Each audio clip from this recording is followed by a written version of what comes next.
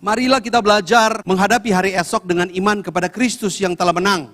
Bukan dengan apa yang kita lihat, kita tahu dan alami saat ini. Mari kita belajar untuk melihat hari esok di tahun 2022 ini dengan iman. Bukan dengan apa yang kita dengar, apa yang kita lihat dan apa yang kita alami hari ini. Lalu kita menyimpulkan hari esok akan semakin buruk. Kita menyimpulkan hari esok akan semakin berat. Kita menyimpulkan hari esok akan semakin mustahil. Kita menyimpulkan bahwa hari esok akan lebih parah dan aku harus menyelesaikan hidup saja. Bunuh diri aja deh.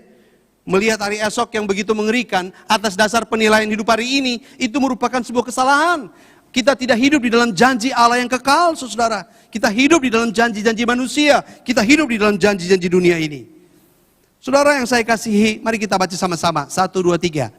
Iman bukanlah tentang mengetahui apa yang akan terjadi di masa depan, tetapi tentang mengetahui siapa yang memegang masa depan. Itu yang paling penting. Itu yang paling penting. Karena iman bukan tentang apa yang kita tahu yang akan terjadi di masa depan. Kalau kita mengatakan iman seperti itu, aku tahu apa akan terjadi di masa depan, itu namanya ramalan. Itu namanya perakiraan. Itu namanya forecasting. Itu namanya orang yang menghitung-hitung dengan kemampuan kalkulasi manusia. Oke, sekarang ini masih susah, sekarang ini masih pandemi, sekarang ini banyak orang yang sulit, negara sulit, bahkan negara berkata bahwa kondisi ekonomi akan pulih kalau COVID pulih. Jadi ekonomi yang baik adalah sama dengan 0% COVID. Atau ekonomi yang baik adalah ketika seluruh manusia sudah memiliki kekebalan jasmani yang anti COVID. Oke, boleh-boleh saja. Tetapi kalau itu menjadi dasar penilaian kita bahwa kehidupan ekonomi di hari depan itu akan semakin buruk gara-gara hari ini, itu keliru. Kalau kita menilai bahwa hidupku akan semakin parah, akan gampang sakit, bahkan gampang mati karena peristiwa hari ini COVID masih melanda, kita salah. Kita menilai dengan pandangan manusia, kita menilai dengan pandangan dunia, saudara. Iman tidak seperti itu. Iman berbicara, aku percaya bahwa Engkau Allah menguasai hari esok. Aku percaya bahwa Engkau Allah sudah ada di hari esok, menantiku di sana, mengiring aku, menyertai aku, menguatkan aku, memberkati aku. Inilah Allah yang kita percaya. Allah yang menyertai, Allah yang memberkati, Allah yang mengasihi, Allah yang melindungi, menjaga kita. Saudara, buktinya apa? Itu loh 6 janjinya yang luar biasa. 6 janji-janjinya yang dia berikan dari Adam dan Hawa. Sampai dalam Kristus, bahkan sampai hari ini, karena perjanjian di dalam Kristus adalah perjanjian yang sempurna. Dia menjadi korban yang sempurna, yang tidak ada duanya, tidak ada gantinya, tidak ada saingannya, tidak ada lawannya. Dialah Kristus yang kita sembah, yang kita puji, yang kita percaya, yang kita imani. Dialah kemenangan dalam kehidupan kita. Amin. Saudara, kalau saya mau bilang begini kalau Tuhan Yesus sudah berjanji, Allah sudah berjanji, 100 janjinya, 99 ditepati. Kira-kira untuk yang satu Bapak Ibu percaya enggak?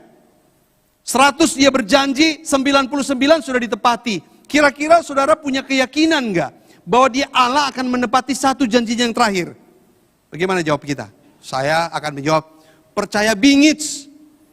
Jangankan 99 yang ditepati, 1 pun yang ditepati. Dari 100 janjinya, saya tetap akan percaya. Mengapa? Weisemo, Tomai. Karena dia Allah. Dia Allah yang berjanji. Dia bukan Pierre yang berjanji. Dia bukan manusia yang berjanji. Dia bukan pemimpin bangsa, pemimpin dunia, orang hebat di dunia yang berjanji. Dia Allah yang berjanji.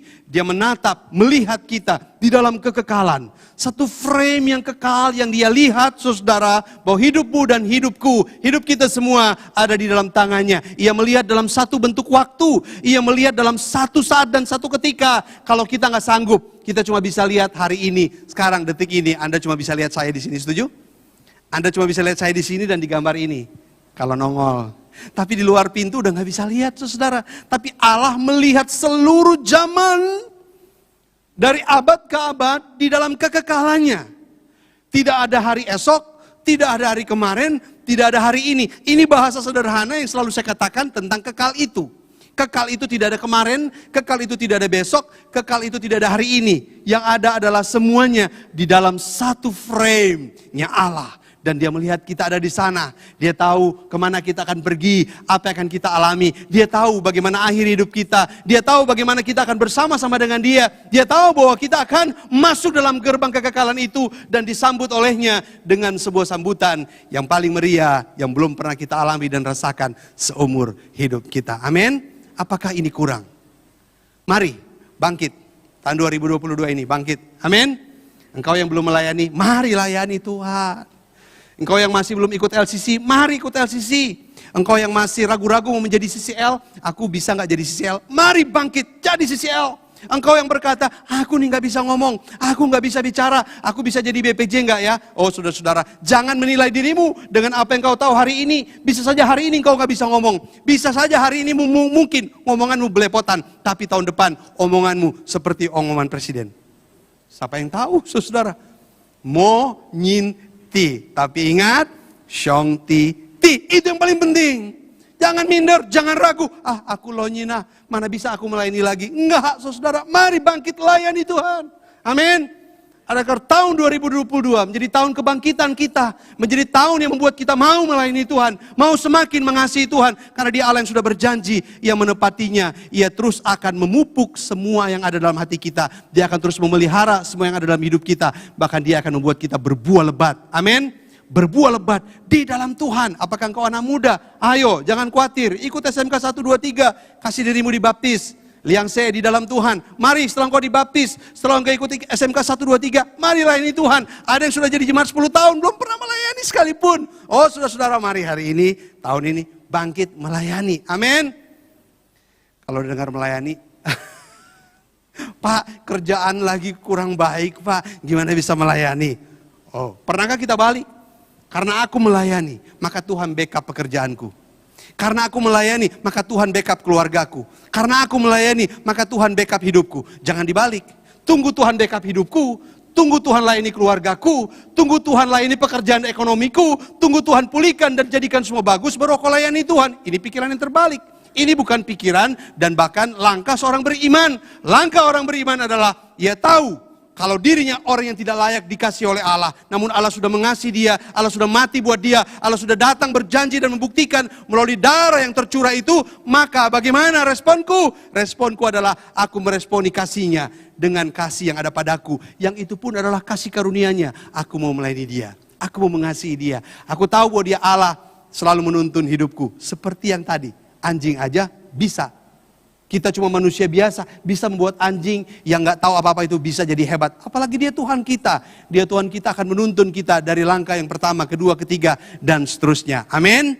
Sehingga saudara-saudara suatu ketika kita menjadi tua, sebelum kita menutup mata, semua yang kita refleksikan dalam hidup kita adalah bagaimana indahnya melayani Tuhan. Amin. Kita melihat kita melayani pernah di remaja, di sekolah minggu itu seperti film. Waduh, indah sekali ya. Waduh, di pemuda, waduh di tim KU, aku sungguh-sungguh melayani Tuhan, wow. Waduh menjadi BPJ, waduh indah sekali. Waduh orang-orang diberkati dengan pelayanan dan seluruh hidupku, itu menjadi seperti film saudara. Sebelum kita menutup mata saudara. Tapi Anda bayangkan, seumur hidupmu engkau tidak pernah memberi diri untuk mengasihi dan melayani dia saudara. Aduh, ketika menjelang kita menutup mata yang terbayang itu apa? Aduh, tahun 2020 aku banyak rugi oh. Tahun 2021 aku hampir bangkrut. Oh, aduh, yang kita ingat itu adalah segala pergumulan dan kesulitan kita, saudara. Kita nggak pernah ingat keindahan kita memberi diri kita, memberi hidup kita, memberi waktu kita, memberi tenaga kita yang terbaik untuk melayani Tuhan.